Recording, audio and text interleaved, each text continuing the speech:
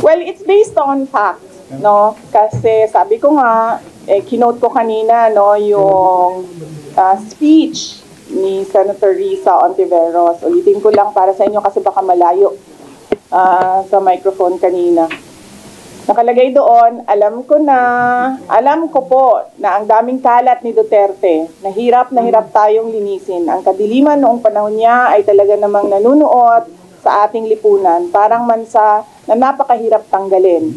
At habang ang anak niya ay may kapangyarihan pa, hindi magiging madali ang ating laban. While VP Sara is in power, the threat of a full-blown Duterte comeback is still a very real and present danger. For one, they are supported by one major superpower, China. And so nakikita ninyo na meron na siyang bias. Ngayon, kanina sa budget, sinasabi niya na, oh, this is a duplication. Sinasabi ko naman, hindi naman tayo pwedeng humindi sa mga taong lumalapit sa aming opisina eh. Kasi opisina ng gobyerno yan. Pwede bang magsabi ang gobyerno na, ay nako, hindi kita pwedeng tulungan. May oath ako. Anong sinabi ko doon? To do justice by every man. So, ibig sabihin, hanggang sa makakaya ng opisina, ng Office of the Vice President, ay magbibigay kami ng tulong. Depende kung ano yung tulong na hinihingi ng tao. Yan yung example ng politicization ng budget. Yung mga ganyan.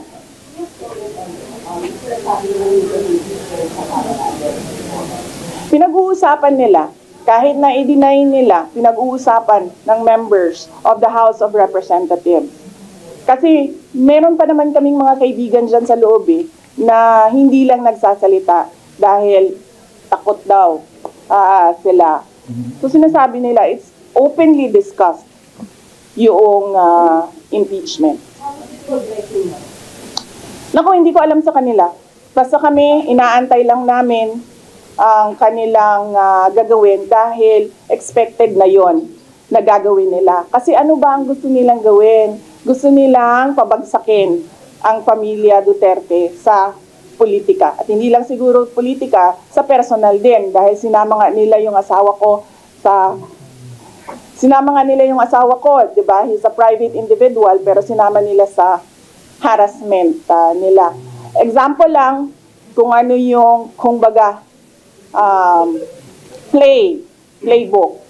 Doon kay President Rodrigo Duterte, nakikita nyo, di ba, merong quad committee ng House of Representatives na iniimbestigahan yung kanyang mga desisyon noong siya ay Pangulo pa.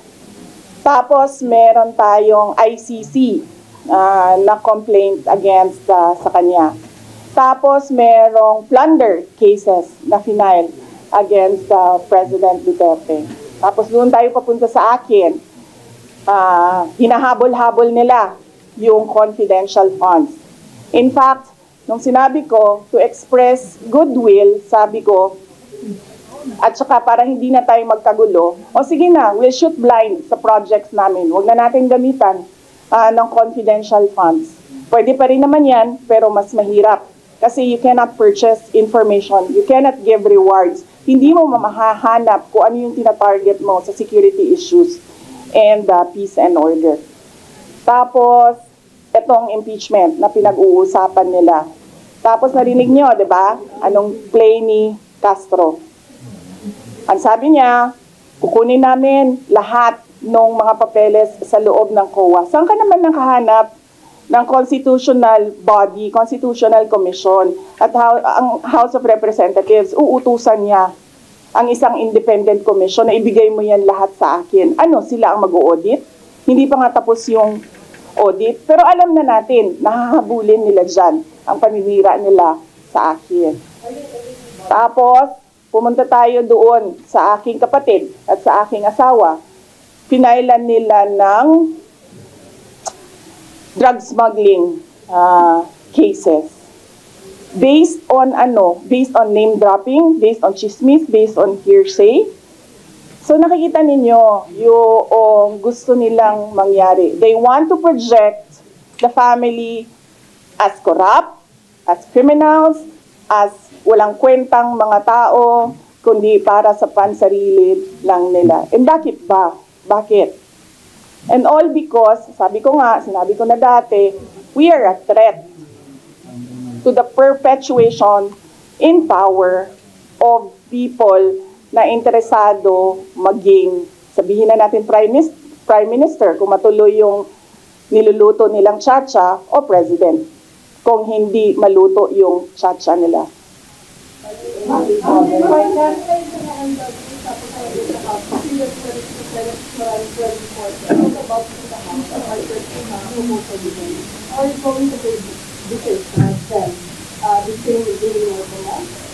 Depende ma'am sa tanong nila.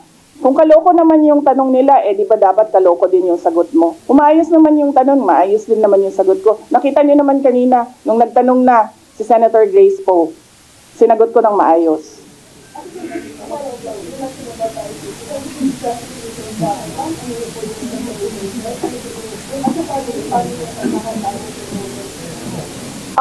Sa amin po kasi, we put line. Hindi po kami nagkikriss-cross ng problema namin. Tulad po ng sinabi ko sa amin mag-asawa, kung issue niya yon, ang drug smuggling, siya lang ang magsasalita, siya ang mag-aasikaso. Yung issue ko sa confidential funds na tinitira, sa COA na hinahabol, sa impeachment na pinag-uusapan, sa akin din yon. Ganun din kami ni Pangulong Duterte. We have different set of lawyers for ICC.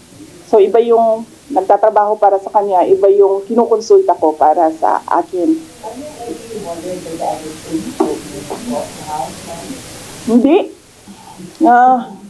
Hindi. I'm not at all bothered. I am bothered na gusto nila i-frustrate ang pinili ng mga tao na maging Vice President, all because of power and politics. Pero kung ako lang, ulitin ko lang ha, unang-una, hindi ko gusto tumakbong president. Di ba nga, kaya nung tinanong ako ng magkapatid na Marcos, ni BBM at ni Senator Amy, kung tatakbo ako, diretso kong sinabi, January of 2021, sabi ko sa inyong lahat, hindi ako tatakbong Pangulo. Totoo yun. Tapos, hindi ako tatakbong Vice President. Kasi hindi naman napag-usapan yon before the deadline of filing of candidacy. Hindi napag-usapan ang pagiging Vice Presidente. Kaya tumakbo akong mayor. Kasi ano bang pangarap ko sa buhay?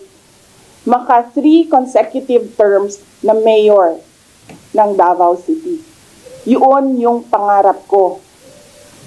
Tapos, pagkatapos ng filing of candidacy, lumapit na sa akin yung magkapatid na Marcos. Sabi nila, hindi kami mananalo kung hindi mo tutulungan kami sa Mindanao at sa Visayas. Sabi ko sa kanila, okay, sige, dahil maraming big ticket projects si Pangulong Duterte sa Davao City, sa Mindanao at sa ibang lugar pa ng ating bansa na gusto nating mapatuloy. Kaya nga, di ba, tumakbo kami on the platform of unity and continuity na hindi natin nakikita ngayon na saan na yung mga big ticket projects. Wala na lahat. Unappropriated.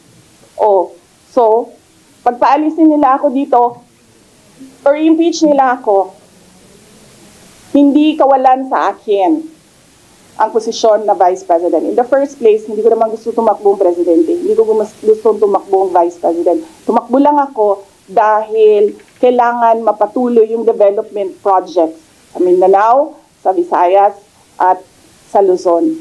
At naisip ko at that time, if I am Vice President, patututukan yung mga proyekto na yon na, okay, wala na rin lahat ngayon dahil unappropriated na sila lahat.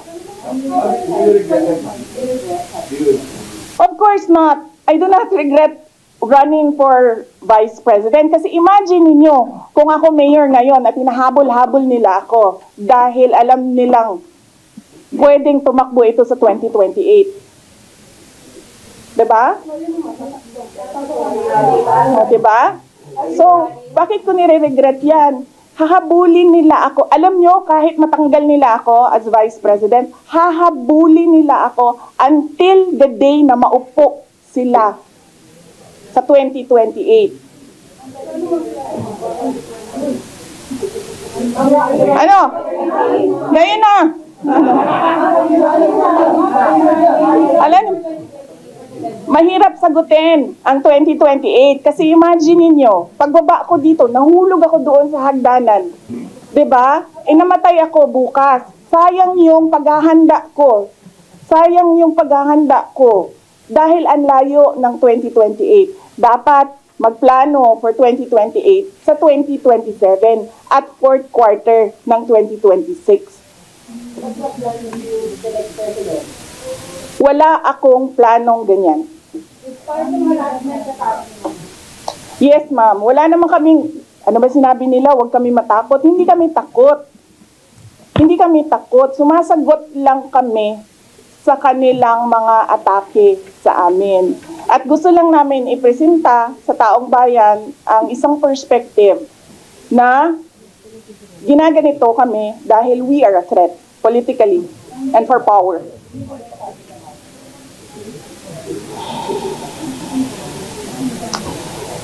Do I regret helping? Do you want to answer that question? Or alam mo ba ang sagot? Senator Amy? Senator Amy Marcos? Magkaibigan naman kami.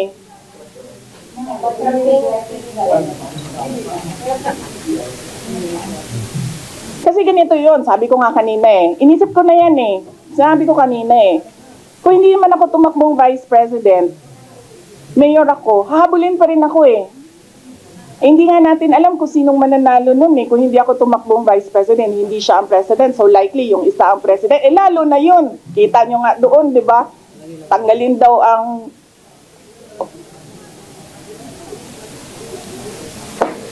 Ano? How would I protect myself? I hire lawyers, ma'am. Yan na lang naman kasi talaga ang magawa ko. Pero kung makikita nyo, hindi na talaga sila sumusunod sa batas, sa harassment nila. So, tatanggapin kung ano yung darating. Kaya sara-sara.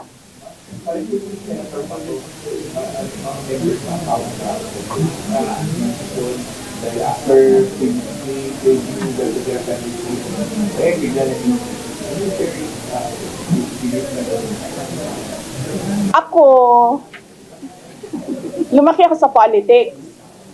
9 years old pa lang ako, mayor na ang father ko. So from 9 years old until today, wala akong ibang